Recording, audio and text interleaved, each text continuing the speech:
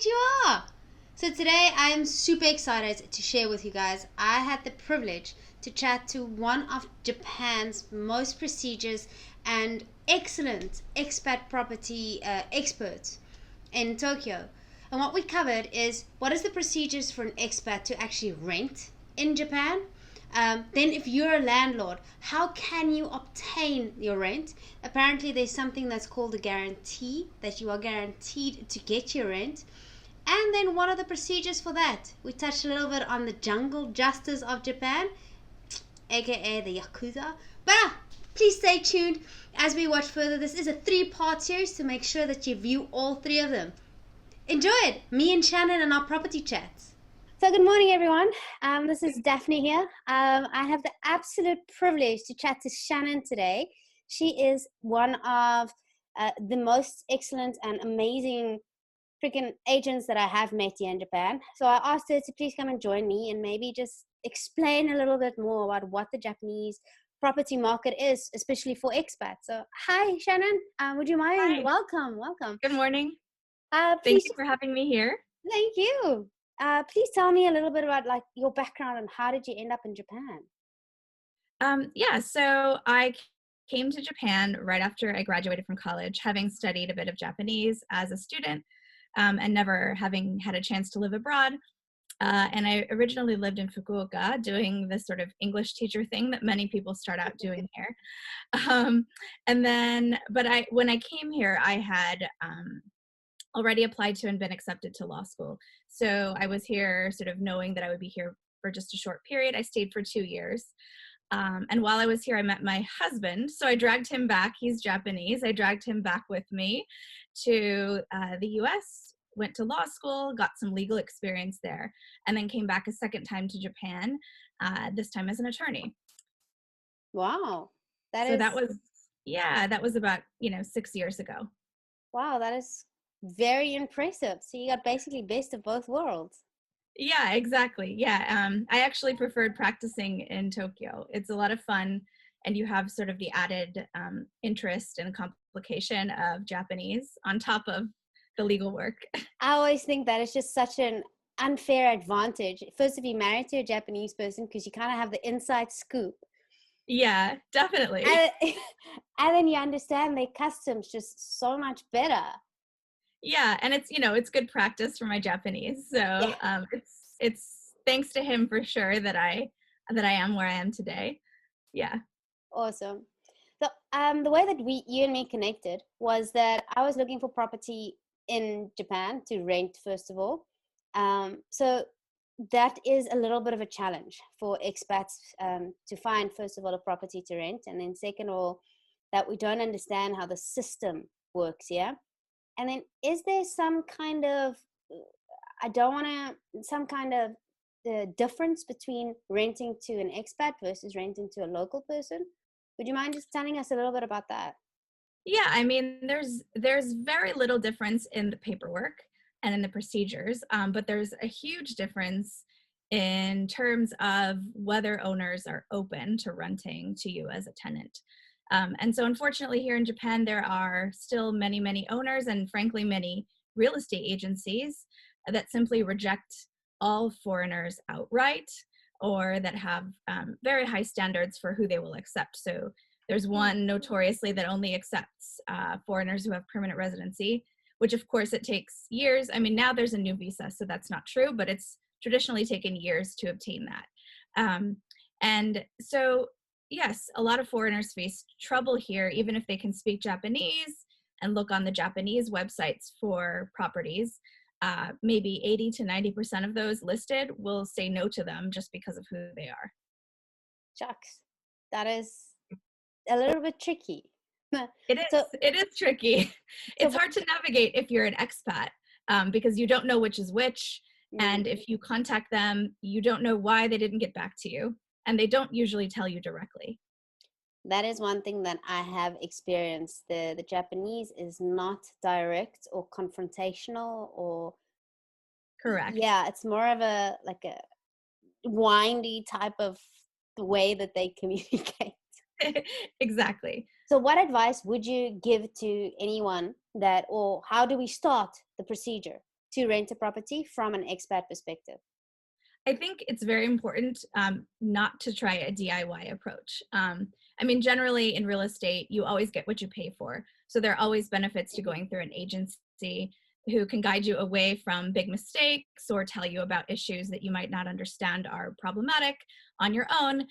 But even more so in this country, because um, a lot of agencies are just, even if they're welcoming to a foreigner, they just don't know anything about the visas. They don't know about the specific challenges that people have getting set up here. And they're likely to just say, oh, it can't be done. And that's not because it's actually true that it can't be done. It's because they've never done it. Wow.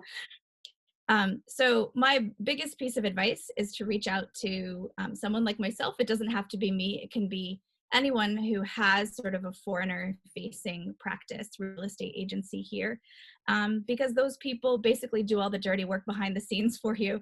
So when I have somebody contact me, I spend probably one day, a full day on average for each person, making phone calls, searching the database. First of all, you have needs. And so I have to find the properties that would fit what you're looking for, which is true for both Japanese and foreign tenants. But then on top of that, I have to make phone calls to each and every one and basically try to plead your case. And that's not something you can do on your own. It really takes a Japanese person going to bat for you or a Japanese company vouching for you for them to give you a chance. Wow.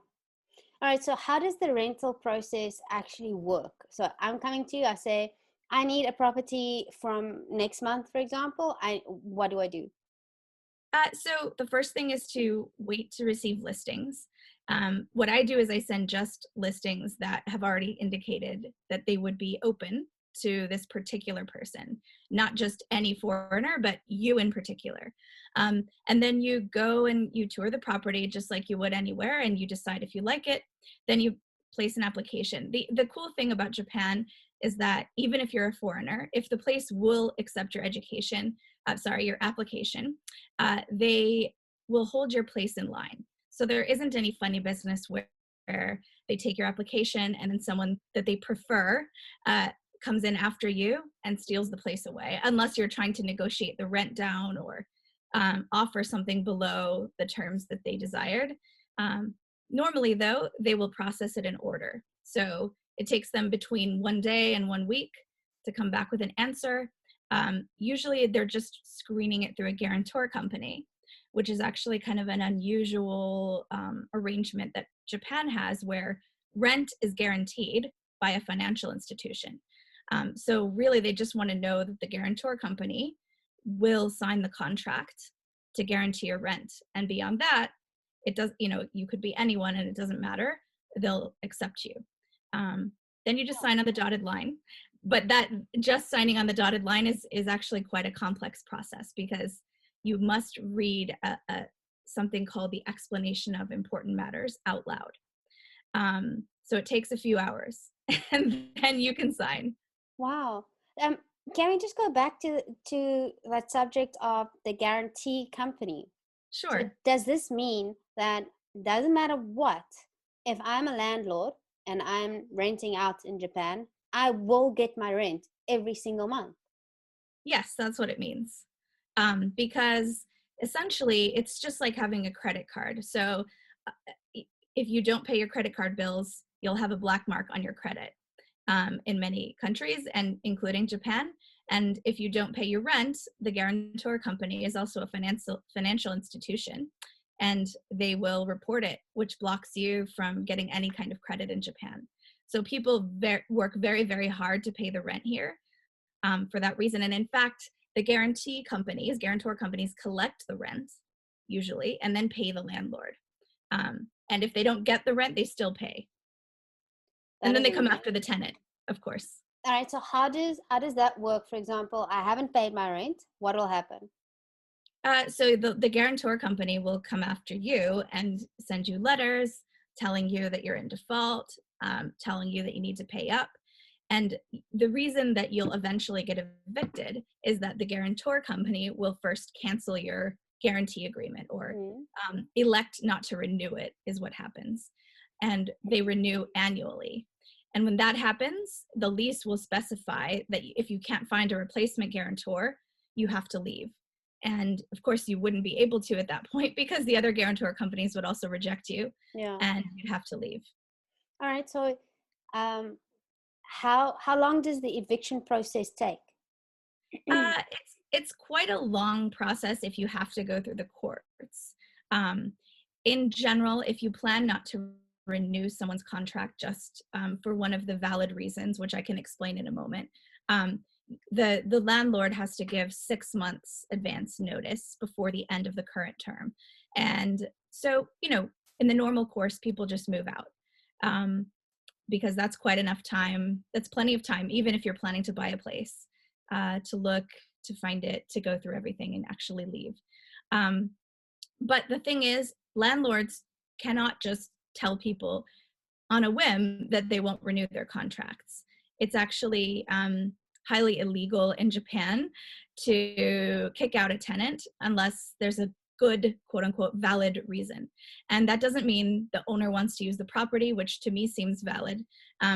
It means that, for example, the owner will go bankrupt uh, unless they live there, Oh, or the building is in danger of collapse, and so they have to get everyone out so that they can tear it down and rebuild, or something of that nature.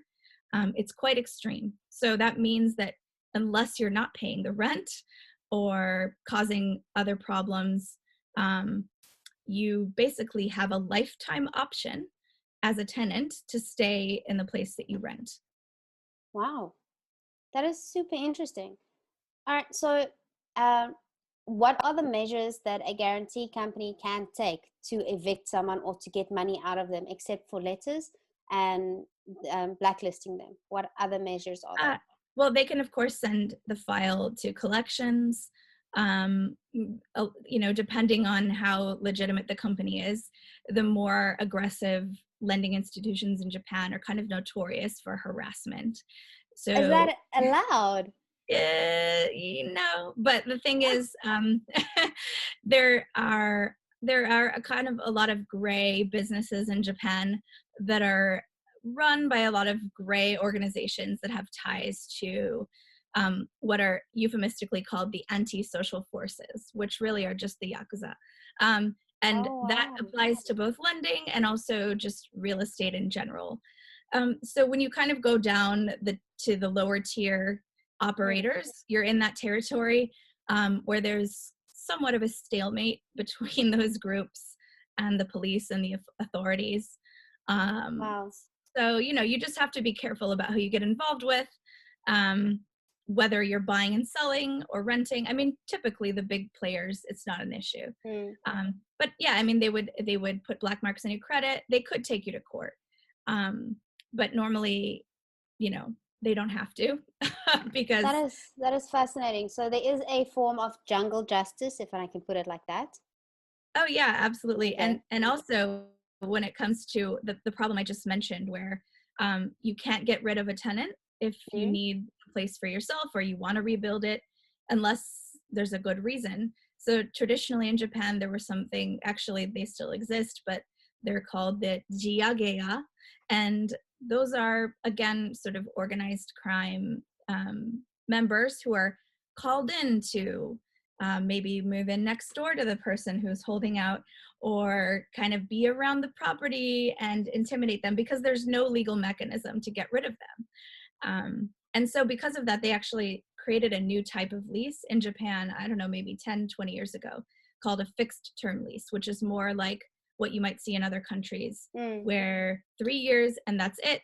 If you both want to renew, fine, but the landlord can just refuse to renew and they don't need a reason. It was to solve this problem because people would leave older buildings vacant rather than taking a risk of putting in a tenant for another year before rebuilding and then having that person insist on staying forever. And Wow. then you're stuck with this sort of dilapidated structure that no one else wanted to rent from you. That's fascinating. All right, cool. Thank you very much. I really Sure. appreciate that. That is absolutely fascinating. Guys, wasn't that just absolutely fascinating? I so wish I knew some of these type of things before I came to Japan. It would have just saved me so many hours. So thank you so much, Shannon.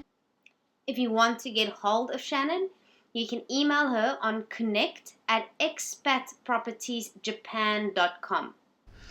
It'll also be in the description if you want to get hold of her. Please do stay tuned. Remember to subscribe to our YouTube channel to find out more about the Japanese property market and all of our journeys here, the Thompson's journey in Japan. Our next one, we are talking about different property strategies that there are within Japan. What is the Jibubukin type of property? And there's a little bit of a decreasing population, as we know. They might be even speak about some xenophobia in Japan. So please stay tuned, watch the second part, and let me know what you think.